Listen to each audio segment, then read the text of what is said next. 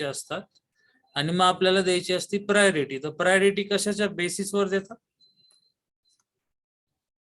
Atomic number का काय असतो नक्की? Atomic number. Atomic number. Atomic number, ठीक आहे. मग आता तुमचं RS झालं ना, RNS कॉन्फिगरेशन? हो सर. झालं, ठीक आहे. मग तुम्हाला डायरेक्टली अटॅचचा रूल माहिती आहे. मग एक प्रॉब्लेम इथला आपण सॉल्व्ह करून बघू. मला बघायचं की तुम्हाला जमतं का नाही. लिहायची काही गरज नाही, आपण त्याला झूम करू.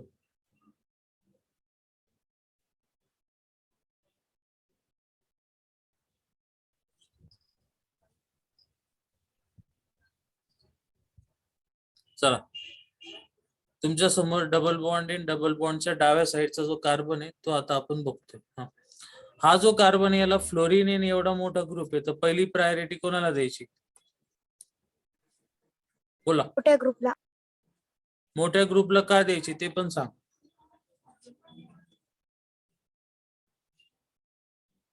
ऍटॉमिक नंबर जास्त. कोणाचा ऍटॉमिक नंबर जास्त आहे? फ्लोरीनचा. फ्लोरीनचा ऍटॉमिक नंबर जास्त आहे कोणापेक्षा? कार्बन.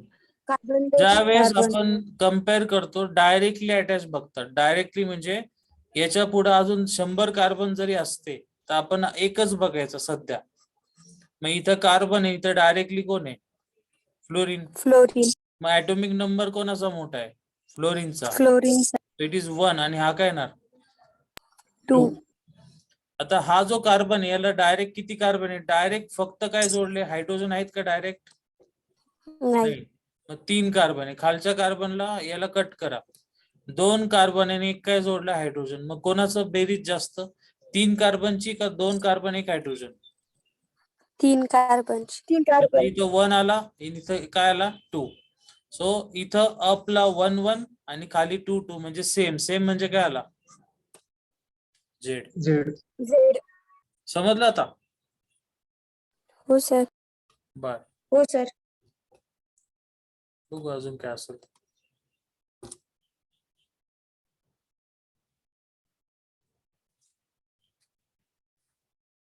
हे रूल तुम्हाला सांगितले होते RNS मध्ये, परत एकदा बघून घ्या.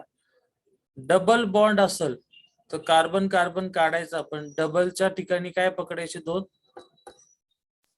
कार्बन. आता इथं कार्बन कार्बन ट्रिपल बॉन्ड आहे, म्हणजे हे इथले कार्बन आपले, ठीक आहे. पण ट्रिपल बॉन्ड असल्यामुळं आपण काय पकडतो? 3 कार्बन, ठीक आहे. म्हणजे थोडक्यात सांगायचं इथं क्लिअर करतो. समजा तुमच्याकडे डबल बॉन्डनी ऑक्सिजन जोडलेला असेल तर डबल बॉन्ड आहे म्हणून कार्बनला 2 काय जोडायचे? ऑक्सिजन. कार्बन. तर तुमच्याकडे C ट्रिपल बॉन्ड N आहे तर कार्बनला नायट्रोजन 3 बॉन्डनी जोडलाय म्हणून कार्बनला किती नायट्रोजन जोडणार तुम्ही? 3. 3. सो हा एक रूल आहे जो लक्षात ठेवा, कधी कधी लागतो आपल्याला, ठीक आहे. नेक्स्ट. कोणतरी काहीतरी बोललं. हा बोला. Shivani Ingale.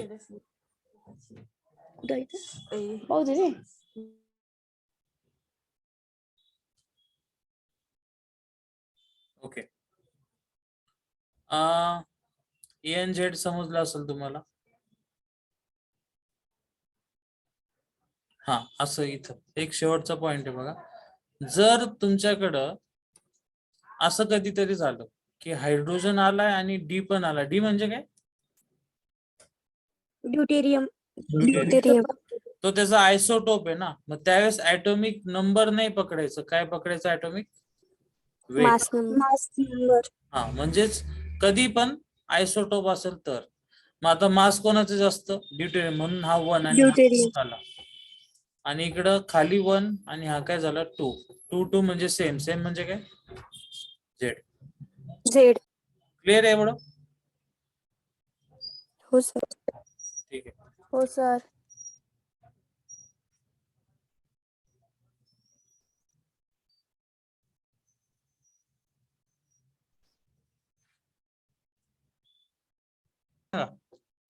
E sir. E आलं. कसं आलं ते सांग मला. ई सर कार्बनला फर्स्ट CH3 त्याच्यानंतर परत दुसऱ्या कार्बनला तेव्हा CH3 अटॅच पाहिजे होता पण तिथं H फक्त. बर, मला एक सांग की या CH3 ला नंबर काय दिला आणि या क्लोरीनला नंबर काय दिला? First and second. CH3 ला फर्स्ट आणि क्लोरीनला सेकंड असं केलं का? हा. बर, हायड्रोजनला किती दिला? सेकंड. सेकंड. आणि CH3 ला फर्स्ट दिला. ठीक आहे. मग आता ऍटॉमिक नंबर कोणाचा मोठा आहे, कार्बनचा का क्लोरीनचा? बोला, बाकीचे सांगा कोणाचा मोठा आहे? क्लोरीन. क्लोरीनचा सर. बघा आता. अच्छा, वैष्णवीने ZEE असं पाठवले. ठीक आहे, बघू आपण. क्लोरीनचा मोठा आहे. पिरियोडिक टेबल बघा नंतर. Boron, carbon, nitrogen, oxygen, fluorine. फ्लोरीनच्या खाली असतो क्लोरीन आणि इथं कार्बन आहे. Left to right atomic number काय होतो? इनक्रीज. टू बॉटम पण काय होतो? इनक्रीज. म्हणजे जास्त कोणाचा? क्लोरीनचा. कोणापेक्षा? कार्बन पेक्षा. म्हणजे याला नंबर 1 येणार आणि वरती किती येणार? 2. 2 2 same side, 1 1 same side. Same म्हणजे काय आला? झेड. आता इथं काही विचार न करता हायड्रोजन दिसल्यावर काय नंबर द्यायचा? 2.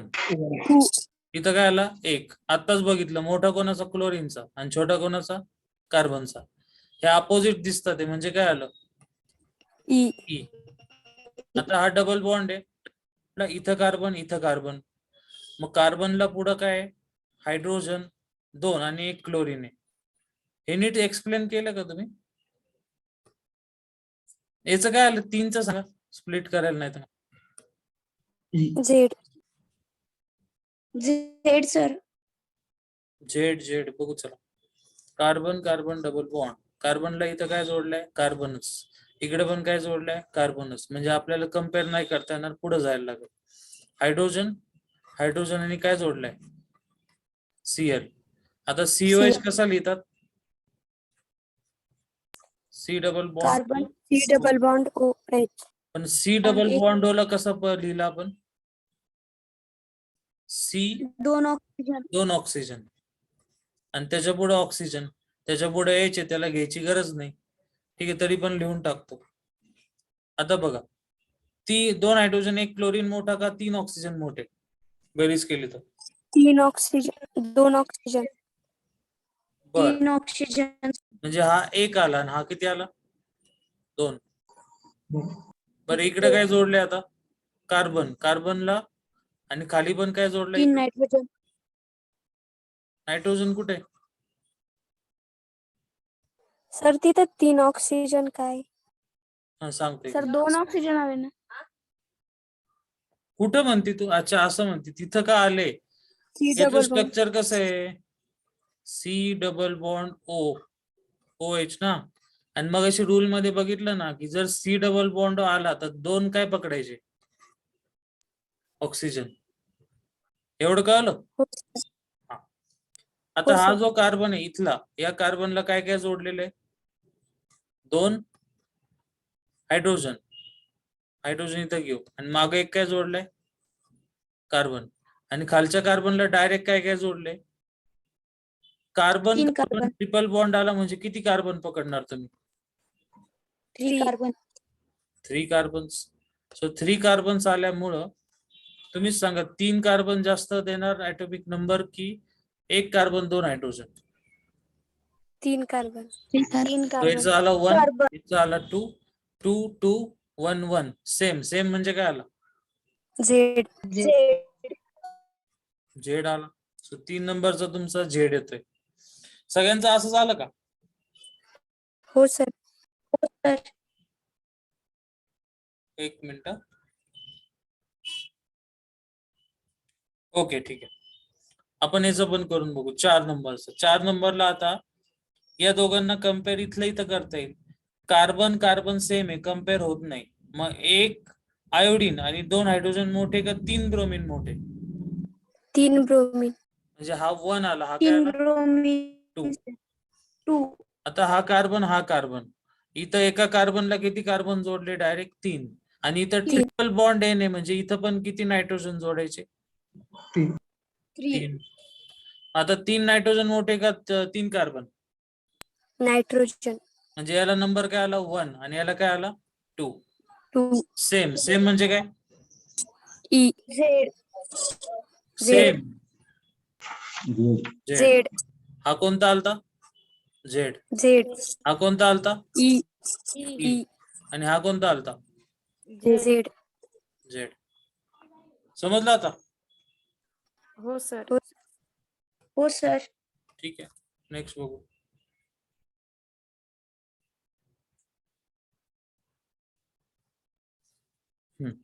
आता मगाशी आपण काय बघितलं? कार्बन कार्बन डबल बॉन्ड मधले जॉमेट्रिकल आयसोमेरिझम. आता आपण बघणार आहे ऑक्झाईम मधले. ऑक्झाईम म्हणजे काय असतो? ब्रॅकेट मध्ये बघा, कार्बन आणि कोणाचा डबल बॉन्ड असतो? हायड्रोजन. Nitrogen. हायड्रोजन. नंतर नायट्रोजनला काय जॉईंट असतं? OH. OH. मग याला मागे जे असेल ते असेल, पण एवढा जो ग्रुप आहे याला काय म्हणतात? ऑक्झाईम. ठीक आहे. आता इथं बघा, कार्बन नायट्रोजनचा डबल बॉन्ड आणि इथं OH आहे. ठीक आहे. आणि वरती काय? H आणि OH सेम साइडला असले तर त्याला सिस नाही म्हणत, पण सिसला अल्टरनेटिव्ह शब्द कोणता आहे? सिन. आणि हायड्रोजन आणि OH एकमेकांच्या अपोजिटला असेल तर काय म्हणणार? Anti. बस एवढंच करायचं, बाकी काहीच नाही. परत परत तेच सांगतो. H आणि कोणाला कम्पेअर करायचं? OH ला. पण हे फक्त कोणामध्ये करायचं? ऑक्झाईम मध्ये. ठीक आहे. तसंच खाली एक एक्झाम्पल दिले ते पण बघा. बेन्झाल्डोक्साइम. त्याच्यामध्ये HOH same side, syn opposite असेल तर Anti.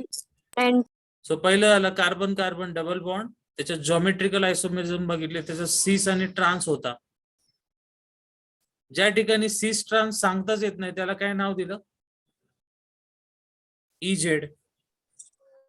EZ झाला. मग आपण काय बघितलं पुढचा? ऑक्झाईम. आता ऑक्झाईम झाल्यावर पुढे बघायचं ऍझो. ऍझो म्हणजे नायट्रोजन असलेलं कंपाऊंड, N2 असतो त्याच्यामध्ये. तुम्हाला बघितल्या समजेल. PH लोन पेअर एकाच साइडला काय म्हणतात? सिन. आणि अपोजिट असेल तर काय म्हणतात? Anti. अँटी. तर जॉमेट्रिकल आयसोमेरिझम ऍझो. ऍझो लक्षात ठेव. तर ऍझो म्हणजे काय? कोणाचा डबल बॉन्ड? नायट्रोजनचा double bond. ठीक आहे. सो त्यांनी मध्ये स्ट्रक्चर दिलं होतं आणि त्यांनी असं दाखवलं की हे स्ट्रक्चर 2 पद्धतीने लिहिता येतं. एक लोन पेअर सेम साइड असेल तर सिन, अपोजिट असेल तर अँटी. हे सोपे स्ट्रक्चर्स. पुढे बघा. हे आज स्पीड चालेल ना एवढं? हो हो, सर. सर. कमी करायचं असेल तर सांगा. पुढं geometrical isomerism in cyclo alkanes. Cyclic असलेले अल्केन्स इथं दिसतंय. आणि ME म्हणजे CH3CH3HH याच्यामध्ये काय केलं? हे सेम ठेवले म्हणजे नाव काय? सिस. अपोजिट झाले तर काय? Trans. संपला विषय इथंच. बघा, cyclo alkane show geometrical isomerism due to restricted rotation. हा एक पॉईंट जो मी मागे सांगितला होता तो परत आठवण करून देतो. कार्बन कार्बन सिंगल बॉन्ड असताना सिस ट्रान्स सांगता येतं का? नाही. कारण तो बॉन्ड काय होतो? रोटेट. पण तो बॉन्ड कुठं रोटेट होत नाही? डबल मध्ये किंवा ट्रिपल मध्ये. त्याला म्हणायचं रिस्ट्रिक्टेड रोटेशन. इथं लिहिले बघा, रिस्ट्रिक्टेड रोटेशन. आणि हेच रोटेशन अजून कोणामुळे कशामध्ये दिसून येतं? सायक्लो अल्केन. कारण ती रिंग आहे ना, रिंग मध्ये बॉन्ड फिरणं इम्पॉसिबल, नाही तर रिंग तुटून जाईल ती. म्हणून ही पण रिस्ट्रिक्टेड रोटेशनच्या अंडर येते. पुढे आता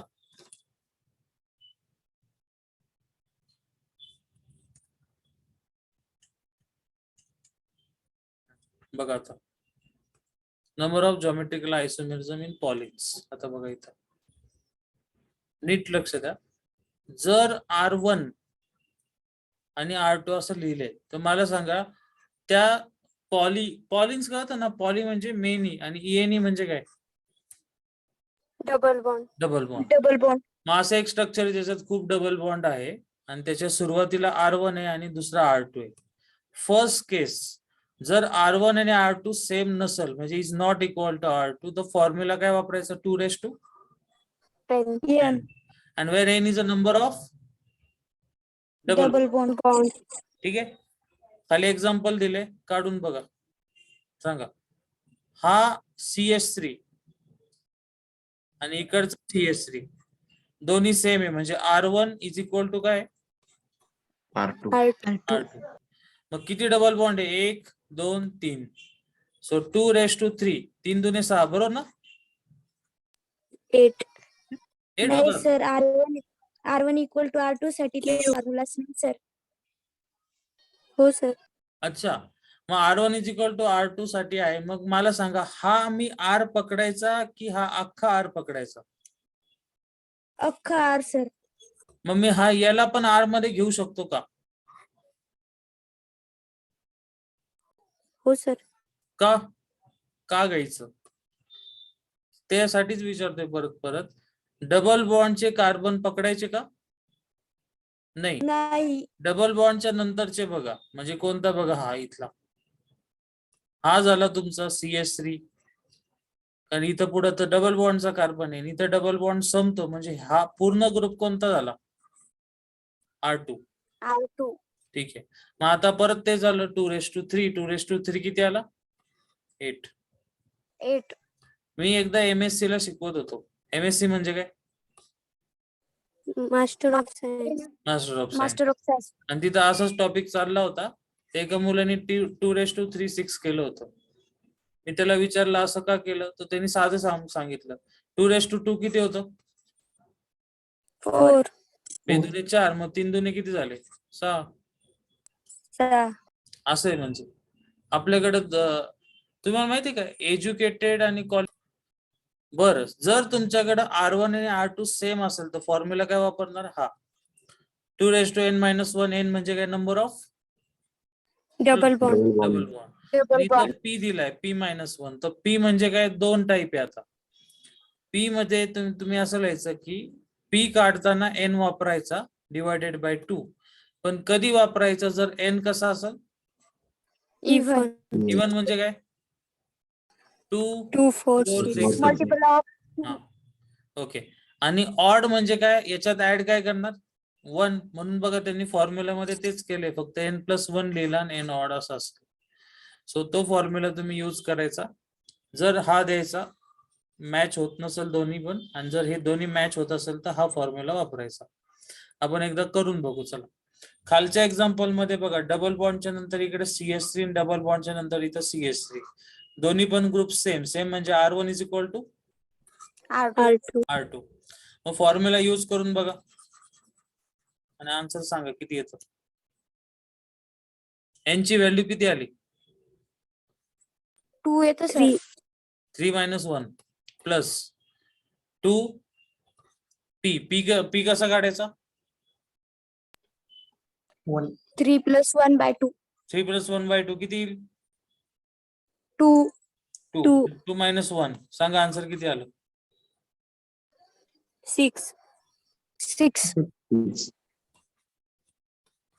2⁻2 4 4. 2 किती आले? 4 + 6.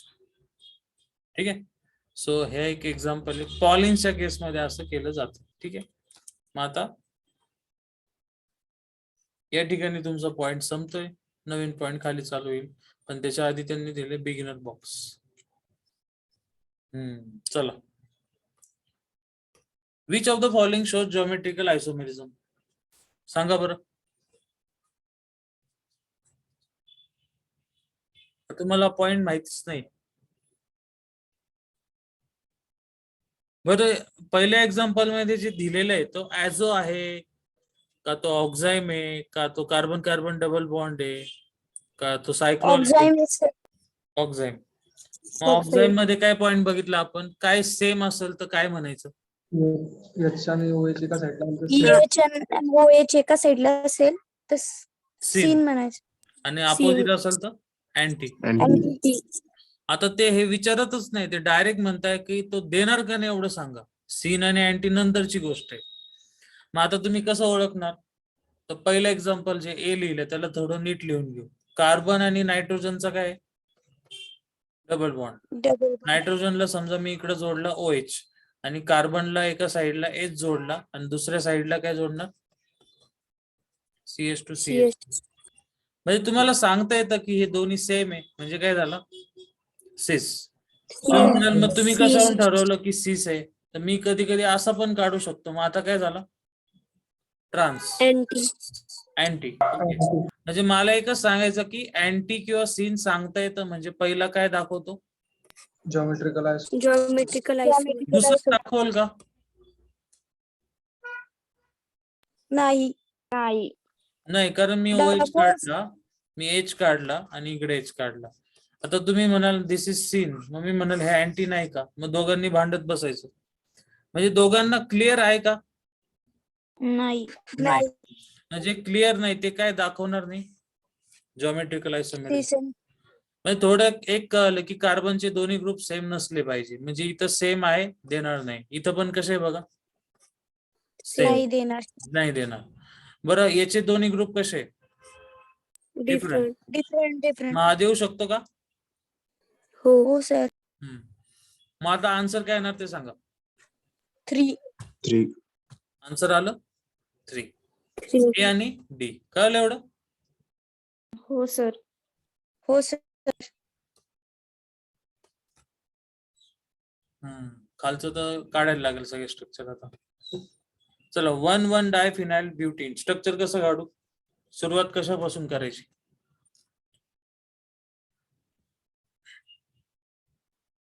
सुरुवातीला काय बघतात? ब्रांच बघतात की तुम्ही चेनचे कार्बन मोजतात स्ट्रक्चर काढताना? चेनचे Branch. कार्बन. चेनचे कार्बन. ब्रांच कसं काय बघणार? जर तुम्हाला चेनच माहित नसेल तर ब्रांच कुठं जोडणार ना? सो बघा आता 1,1 डायफिनाइल 1 ब्युटीन. ब्यूट म्हणजे किती कार्बन? 4. 1 2 3 4 4 काढले. चला 1 म्हणजे काय? 1 ला काय डबल बॉन्ड. नाही. मग त्या 1 लाच काय जोडलेलं आहे 1 1 Phenyl. डायफिनाइल. सो इथं मी Diaphenol. इथं PH जोडून दिला. ठीक आहे. मग आता इथं खाली काय असणार आहे H. Hydrogen. ठीक आहे.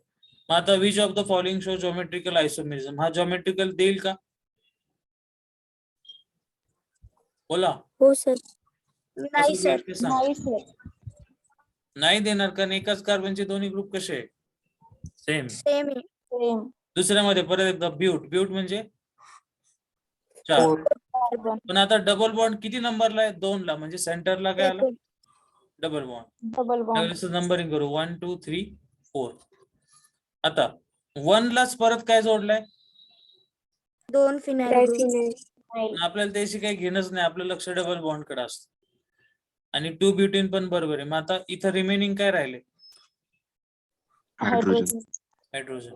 मग आता हा जो कार्बन आहे डबल बॉन्डचा त्याला इथं काय जोडलंय CH3.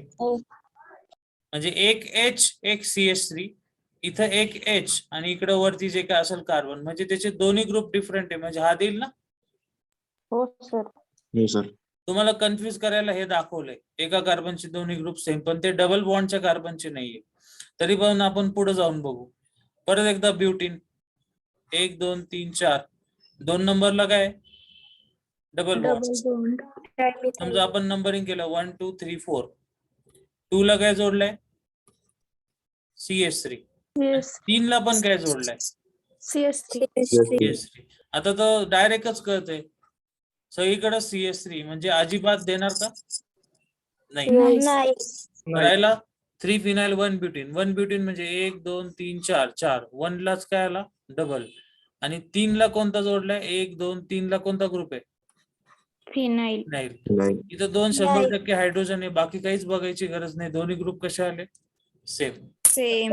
सो फायनली पहिला देणार नाही, दुसरा देणार, तिसरा देणार नाही, चौथा देणार नाही. आन्सर काय आलं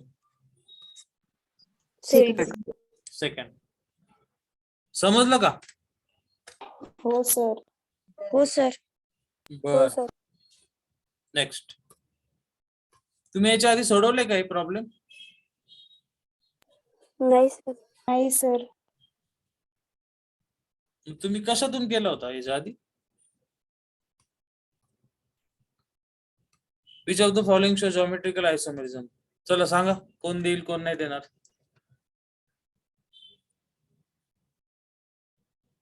बोला. एका कार्बनचे दोन्ही ग्रुप कसे नाही पाहिजे? सेम नाही पाहिजे. सेम नाही पाहिजे. मग आता तुम्ही कोणते सेम नाही बघणार, जे दिले तेच बघायचे.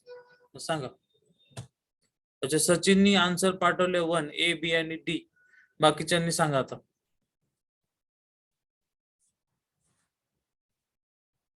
येस. ABD. ABD. ए मध्ये दोन्ही ग्रुप कसे आहे? डिफरंट. डिफरंट. बी मध्ये दोन्ही ग्रुप कसे आहे? डिफरंट. सी मध्ये दोन्ही ग्रुप कसे आहे? सेम. सेम. नाही पाहिजे आपल्याला, कॅन्सल. बरं, या ठिकाणी डी येईल का? हो सर. येणार, कारण ते एका कार्बनचे नाही, वेगवेगळ्या कार्बनचे दोन ग्रुप आहे. म्हणजे ऍक्च्युली या कार्बनला काय जोडलं इथं? हायड्रोजन. हायड्रोजन. म्हणजे एका कार्बनचे दोन्ही ग्रुप कसे? डिफरंट आहे. Different. A B D, option number 1. First. Okay, सचिननी पाठवलेला आन्सर बरोबर आहे. Next, calculate the total number of geometrical isomerism. ठीक आहे, चला. डबल बॉन्डच्या इकडे काय? CH3. डबल बॉन्डच्या तिकडे काय? C6H5. R1 आणि R2 मॅच होतो का? नाही. So नाही. R1 is not equal to R2. R2. Formula काय होता? 2:n. 2:n. So where n is a number of, Double bond. 2:3 is a 8. option number. 4. ठीक आहे.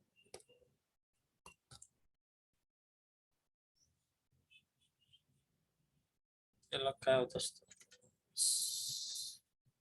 चला, आता थोडस ऑप्टिकल ऍक्टिव्हिटी वगैरे हा पॉइंट चालू झालेले आहे. तुम्ही फिजिक्स मध्ये ऑप्टिक्स बघितलंय ना?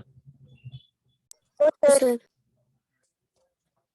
बर, मला सांगा, प्लेन पोलराइज लाईट ऐकलंय का याच्या आधी कधी? हो सर. सांगा काय असतं ते.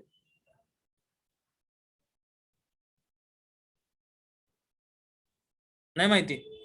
बर, सुरुवातीला तुम्हाला दिसतंय नॉन पोलराइज लाईट. म्हणजे अशी लाईट की जिचे व्हायब्रेशन सगळीकडे स्प्रेड होतात. Left right, front back, up down सगळीकडे स्प्रेड होणार. ती नॉन पोलराइज आहे. ऑर्डिनरी लाईट जी आपल्या दिवसा असते, सनलाईट वगैरे ती. आता ही लाईट कडून पास केली बघा बरं, प्रिझम मधून. निकोलच्या प्रिझम मधून.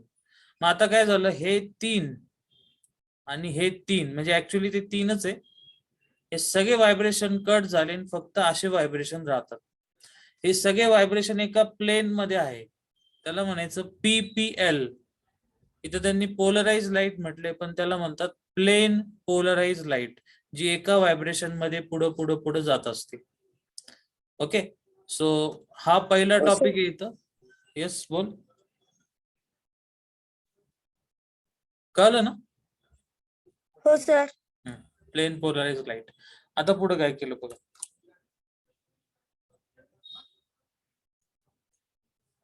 ऑप्टिकल ऍक्टिव्हिटी म्हणजे काय? तुमच्याकडे प्लेन पोलराइज लाईट आली, PPL. ती लाईट तुम्ही या कंपाऊंड मधून पास केली. म्हणजे ऍक्च्युली काय केलं बघा, तुम्ही एक मोठी टेस्ट ट्यूब घेतली. टेस्ट ट्यूब मध्ये मी तुम्हाला एक सॅम्पल दिलं आणि तुमच्याकडे एक लेझर लाईट आहे. ती लाईट तुम्ही याच्यावर टाकली. तर 3 ऑप्शन आहे. एक तर तुमच्याकडे जी लाईट आहे ती लाईट काही चेंज न करता कशी जाईल? स्ट्रेट. दुसरी ती टुवर्ड्स राईट साइड आणि तिसरी टुवर्ड्स लेफ्ट साइड जाऊ शकते. ठीक आहे. जर तुमच्या सॅम्पल मधून जाणारी लाईट ही आयदर राईट साइडला म्हणजे क्लॉकवाईज फिरली किंवा अँटी क्लॉकवाईज फिरली, तर त्या लाईटनी काय दाखवली? रोटेशन. म्हणजेच काय? ऍक्टिव्हिटी. म्हणून तुम्ही जो सॅम्पल घेतला होता टेस्ट ट्यूब मध्ये त्याला ऑप्टिकली काय म्हणणार? Active compound. आणि जर तुमची लाईट सरळच्या सरळ निघून गेली तर त्याला ऑप्टिकली काय म्हणायचं? इनऍक्टिव्ह. ओके. मग असं कधी होतं की 3 परत ऑप्शन येतात. एक, तुमचा कंपाऊंड ऑप्टिकली ऍक्टिव्ह आहे, खरंच आहे, तो आयदर क्लॉकवाईज फिरवली लाईटला नाही तर अँटी क्लॉकवाईज फिरवलं. दुसरा ऑप्शन असा असतो की तुमचा कंपाऊंड ऑप्टिकली ऍक्टिव्ह अजिबात नाहीये, नॅचरलीच नाहीये. आणि तिसरा ऑप्शन असा लॅब मध्ये केलं जातं की ऑप्टिकली ऍक्टिव्ह कंपाऊंड घ्यायचा, पण हा कोणता वाला घ्यायचा जो लाईटला कुठं डेव्हिएट करतोय? Left side. आणि दुसरा ऑप्टिकली ऍक्टिव्ह घ्यायचा जो राईटला कुठं डेव्हिएट करतोय? Right side. मग दोघांचा इफेक्ट कॅन्सल होतो आणि लाईट कशी जाती? स्ट्रेट. स्ट्रेट. मग त्या मिक्सचरला काय म्हणतात? Racemic mixture. ठीक आहे. सो परत एकदा पहिल्यापासून, तुमच्याकडे जी सुरुवातीला लाईट दिसते ती लाईट कोणती आहे? वाचा. Non polarised. प्रिझम मधून गेल्यावर कशी होती? पोलराइज. पोलराइज्ड. मग पोलराइज लाईटला कुठून पास केलं? ऑप्टिकली ऍक्टिव्ह कंपाऊंड मधून. ती लाईट कुठं जाणार? राईटला. राईट म्हणजे क्लॉकवाईज फिरली, आणि अँटी फिरली तर काय म्हणणार? लेफ्ट. ठीक आहे. मग आता या भाषेत त्याला काय म्हणतात? स्टेरिओच्या. जर ती राईटला फिरली तर त्याला नाव वाचा. Next rotatory. त्याचा सिम्बॉल डी आणि त्याच्यावर चार्ज कोणता? प्लस. पॉझिटिव्ह. जर तुमची लाईट लेफ्टला गेली लिओ तर सिम्बॉल एल आणि साइन कोणतं? निगेटिव्ह. ठीक आहे. सो हा झाला तुमचा ऑप्टिकल ऍक्टिव्हिटी. ठीक आहे. ही डिटेल मध्ये तुम्हाला फिजिक्स मध्ये वगैरे असेल तिकडे, ऑप्टिक्स मध्ये. पुढचा पॉइंट आहे कायरल कार्बन. कायरल म्हणजे माहिती? कायरल शब्दाचा अर्थ हो सर. काय? वेगवेगळे फंक्शन ग्रुप अटॅच असतात. कायरलचा अर्थ असा होतो की काही पण असेल, कार्बन आहे किंवा कोणताही असेल एलिमेंट, त्याचे सगळे ग्रुप डिफरंट असेल तरच त्याला काय म्हणायचं? कायरल. ठीक आहे. तर तुम्हाला इथं दिसतंय की जो कार्बन आहे त्याला सगळेचे सगळे ग्रुप डिफरंट आहे म्हणून तो कायरल आहे. कायरलचा सिम्बॉल इथं काय केला जातो? स्टार. ठीक आहे. ठीक आहे. त्याचं दुसरं नाव काय? Asymmetrical carbon. आता इथं नीट समजून घ्या, कायरल कार्बन पण असतो आणि कायरल मॉलिक्यूल पण असतो. हे नीट समजलं पाहिजे, त्यासाठी आपण खाली जाऊ. हे त्यांनी जे दिले ना खाली एक्झाम्पल ते चुकीचे, ते नाही बघणार आपण, त्याच्या खालचं बघू. मी परत एकदा साईडला लिहून ठेवतो. असा कार्बन, मी कार्बन बोललो, मी मॉलिक्यूल बोललेलो नाही, ज्याचे चारही ग्रुप कसे डिफरंट. त्या कार्बनला काय म्हणतात? Chiral carbon. ठीक आहे. आता इथं या. या कंपाऊंड मध्ये तुम्हाला इथं जो कार्बन दिसतोय इथं, त्याचे चारही ग्रुप कसे? डिफरंट. आणि याचे पण चारही ग्रुप कसे? डिफरंट. म्हणजे आपल्याकडे किती कायरल कार्बन आहे वाचावरती? 2. And no symmetry. आता जर इथून मधून प्लेन पास केलं तर प्लेन पास होतं कसं बघा. असं कन्सिडर करा की मधून मिरर आहे, तर दोन्ही साइड सेम दिसतात आहे का? हो सर. हो सर. मग याच्यामध्ये कोणी तुम्हाला विचारलं कायरल कार्बन आहेत का? आहे. किती येते? 2. पण अख्खा मॉलिक्यूल कायरल नाही, कारण त्याच्यामधून प्लेन पास होतं. प्लेन पास होतं म्हणजे दोन्ही साइड आल्या सेम. सो सेम साइड चालत नाही, म्हणून त्याला काय म्हणतात? अकायरल. आता मी काय सांगतो नीट समजून घ्या. ते बुक मध्ये वगैरे असं नसतं, तुम्हाला कळलं तर बघा. आपण मगापासून एक बोलतोय की कार्बनचे चारही ग्रुप डिफरंट पाहिजे, तर मी काय करतो, कार्बनला घेतच नाही. मी असं म्हणतो की कोणती तरी एक जागा आहे, त्याला जोडलेले चारही रस्ते कसे पाहिजे? डिफरंट. मग ते वेगवेगळे असल्यामुळं जो काय तुमचा सेंटरचा पोर्शन आहे तो प्रत्येक ठिकाणी वेगळा बिहेव करतो, म्हणून त्या प्रॉपर्टीला काय म्हणतात? कायरल. कायरल. मग तसंच आता कायरल ही जी जागा याला कायरल म्हटलं तर तसं अख्खं मॉलिक्यूल पण कायरल असतो. मग एक मॉलिक्यूल आहे, समजा मी काहीतरी असं डिझाईन केलं, काही पण स्ट्रक्चर काढलं समजा मी असं, पण मला एक कळलं की त्याचा हा सेंटर आहे, त्या सेंटरच्या वरचा आणि खालचा मॉलिक्यूल वेगळा आहे. वेगळा म्हणजे डिफरंट आहे. डिफरंट म्हणजे तो अख्खा मॉलिक्यूलच काय झाला, कायरल. कायरल. कायरल. ठीक आहे. पण जो प्रॉब्लेम आहे तो इथं तुम्हाला समजत असेल की हा जो कायरल कार्बन तर आहेत, पण याच्यामधून प्लेन पास होतं म्हणजे वरचा मॉलिक्यूल खालचा मॉलिक्यूल सेम आहे, सेम नाही चालणार. सेम असला तर अकायरल. आणि आता इथं बघा, इथून प्लेन पास होईल का? नाही. प्लेन पास होईलचा अर्थ काय होतो, जर तुम्ही इथं मिरर ठेवला तर त्या मिरर मध्ये सेम खालचा मॉलिक्यूल दिसूच शकत नाही.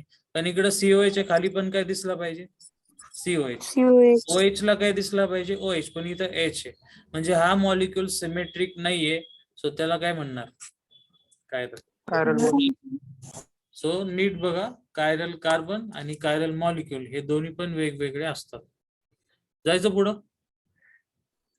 हो सर. 2 मिनिटं थांबा.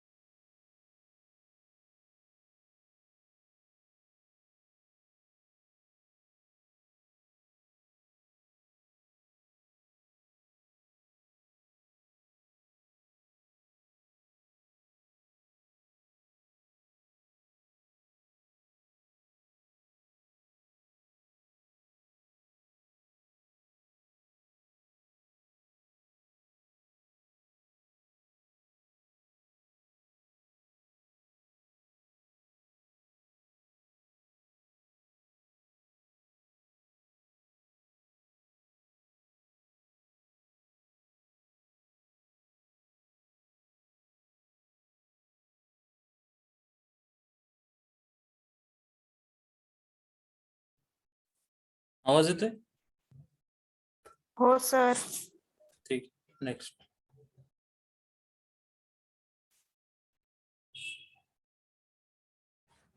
हे RNA झालं आपलं ना. पुढं इनआयसोमर समजतात का तुम्हाला? बोला, माहिती का नाही? नाही सर. नाही. चला सगळ्यांनी तुमचे 2 हात असे घ्या आणि तो अंगठा टच करा. मला सांगा, तुमचे दोन्ही हात आहे ना, त्याच्यामधून जर असं मिरर पास केलं तर दोन्ही सेम साइड दिसतील का या? हो सर. हो सर. मग हे दोन्ही एकमेकाचे मिरर इमेज आहेत, पहिला पॉइंट. दुसरा पॉइंट असा आहे की नॉन सुपर इम्पॉसिबल आहेत का? याचा अर्थ असा होतो, एक उचलायचा आणि दुसऱ्यावर ठेवायचा. मॅच होत आहे का? नाही. नाही. नाही. परत एकदा, एकमेकांचे काय पाहिजे? मिरर. पण जर एक उचलून दुसऱ्यावर ठेवला तर त्याला म्हणायचं, या प्रोसेसला म्हणतात सुपर इम्पोज. इम्पोज म्हणजे ठेवायचा. पण तो मॅच होत नाही म्हणून काय म्हणतात, नॉन सुपर इम्पोजिबल. ठीक आहे. काही जण असं डोकं लावतात, ते लावायचं नाही, ते असं करतात. मी ते नाही म्हटलं, मी काय म्हटलं, त्याला लिफ्ट करून दुसऱ्यावर ठेवायचा. सो मिरर इमेज असले आणि नॉन सुपर इम्पॉसिबल असले तर त्या 2 कंपाऊंडला काय म्हणतात? वाचा. इनआयसोमर्स. चेक करा, मिरर इमेज आहेत का दोन्ही? बघा. हा. आता हा जो आहे ना, याला मी पकडलंय इथं आणि याला असं उचललं आणि याच्यावर ठेवलं तर मॅच होईल का ते? नाही. नाही. हे ठीक आहे बाबा, COH मॅच होतील, CH3 मॅच होतील, पण OH च्या वरती कोण येणार आहे? H. मग असं जर असेल तर कंपाऊंडला 100% काय म्हणायचं? इनआयसोमर. मी सांगितलेलं बरोबर आहे का? चेक करा, लाईन वाचा या.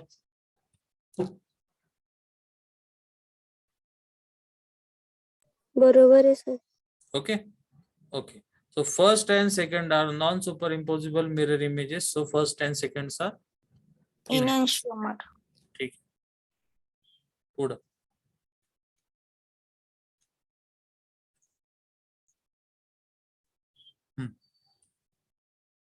वरती वाचा. इनायसोमर्स हॅव कायरल स्ट्रक्चर्स आणि इनायसोमर्स आर ऑप्टिकली ऍक्टिव्ह सबस्टन्सेस. ठीक आहे, त्याची काही गरज नाही, डेफिनेशन लक्षात ठेवा फक्त.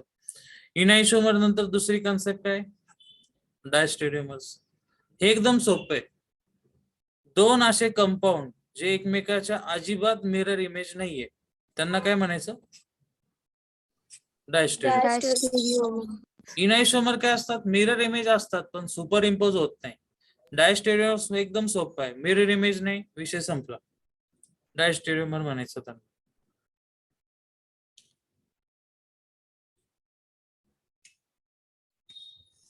कार्बनची चेन सेमच लागते सर पण त्यांना. म्हणजे नंबर ऑफ कार्बन म्हणते तू? हो सर. जर नंबर ऑफ कार्बन सेमच नसले तर आपण सांगू शकत नाही मिरर इमेज आहे का नाही. पहिली गोष्ट ते होणारच नाही ना. इकडे 4 आहे म्हणजे मिरर मध्ये पण किती दिसले पाहिजे? 4च. 4. हा ते ठीक आहे, ते मिरर इमेज नाही, पण इथं 4 आणि इकडे 4 असले तरच डायस्टेरियोमर होतात. ठीक आहे. आता तुम्हाला इथं एक प्रश्न विचारलाय, पहिल्या आणि दुसऱ्यामध्ये काय रिलेशन आहे ते सांगा. मिरर इमेज आहेत का? समजा मध्ये मिरर ठेवला तर नाही. त्यामुळे इनायसोमर घ्यायचंच नाही, डायरेक्ट काय सांगायचं? Both are diastereomer. डायस्टेरियोमर्स. ठीक आहे. चला, आता ते जे तुम्ही आता मला सांगितलं ना त्या बेसिसवर हा प्रॉब्लेम सॉल्व्ह करून बघू.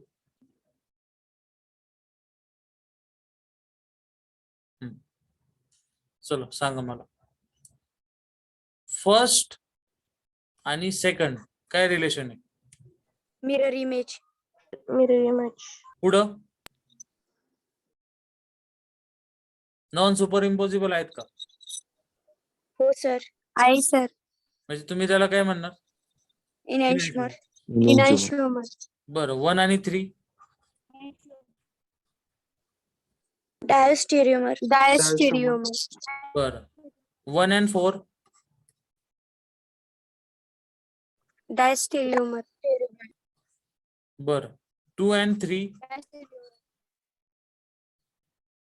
डायस्टेरियोमर. डायस्टेरियोमर. 2 and 4 डायस्टेरियोमर. डायस्टेरियोमर. बरं, 3 आणि 4 इनायसोमर. इनायसोमर. इनायसोमर्स. चला, तुम्ही जे काही सांगितलं ते बरोबर आहे का बघू आता. चेक करा बरं खाली. 1 2 काय म्हटले तुम्ही? इनायसोमर. 1 3 काय म्हटले? डायस्टेरियोस. बरोबर. 2 आणि 3 काय होता? डायस्टेरियोस. 3 आणि 4 कुठे गेला?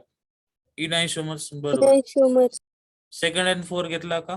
घेतला. डायस्टेरियोमर्स. आणि 1 आणि 4 पण काय आला? डायस्टेरियोमर्स. आलं बरोबर आन्सर? हो सर. ओके.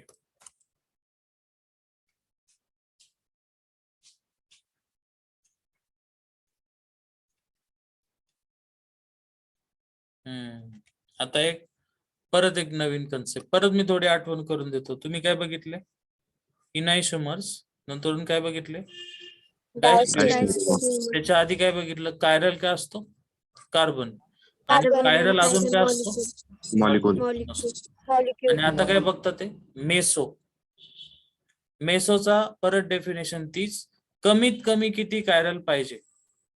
2. बघा, हा कायरल आहे आणि हा पण कायरलच आहे, पण त्यांच्यामधून पास काय झालं पाहिजे? Plane of symmetry. ठीक आहे. आता प्लेन ऑफ सिमेट्री कसं ते पण नीट बघून घ्या, की तुम्हाला ते वरचं स्ट्रक्चर दाखवतो म्हणजे आठवल थोडं.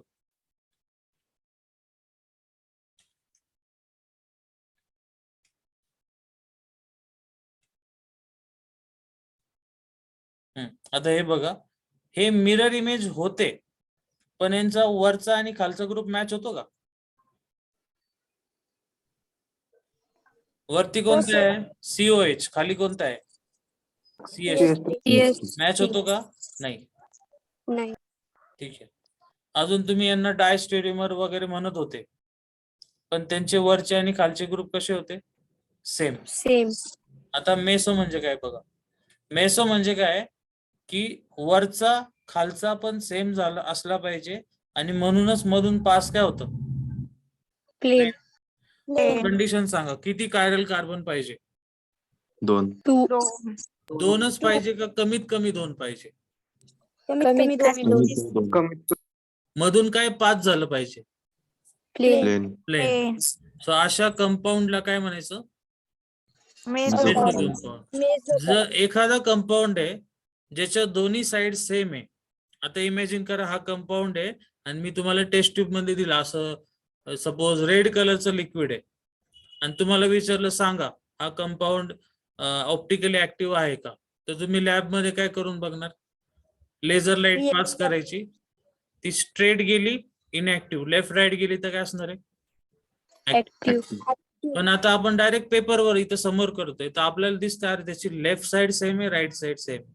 म्हणजे लेफ्टचा इफेक्ट राईट काय करणार कॅन्सल त्यामुळे लाईट कशी जाणार स्ट्रेट स्ट्रेट म्हणून त्याला ऑप्टिकली काय म्हटलंय इनऍक्टिव्ह इनॅक्टिव्ह ओके आणि खालची जी डेफिनेशन आहे ती मग अशीच सांगितली होती तुमच्याकडं एल आहे लिव्हो दुसरा कंपाऊंड आहे डेक्स्ट्रो तुम्ही दोघांना इक्वली एकमेकांमध्ये ऍड केलं तर दोघांचा इफेक्ट काय होणार कॅन्सल 0 ओके म्हणून तुमची लाईट कशी जाणार स्ट्रेट स्ट्रेट लाईट स्ट्रेट गेली पण तुम्ही जे मिक्सचर घेतलं डी आणि एल इक्वल प्रपोर्शन मध्ये त्याला काय म्हणायचं रेसिमिक मिक्सचर बघा so racemic mixture is optically inactive due to external composition so हे झालं तुमचे डेफिनेशन्स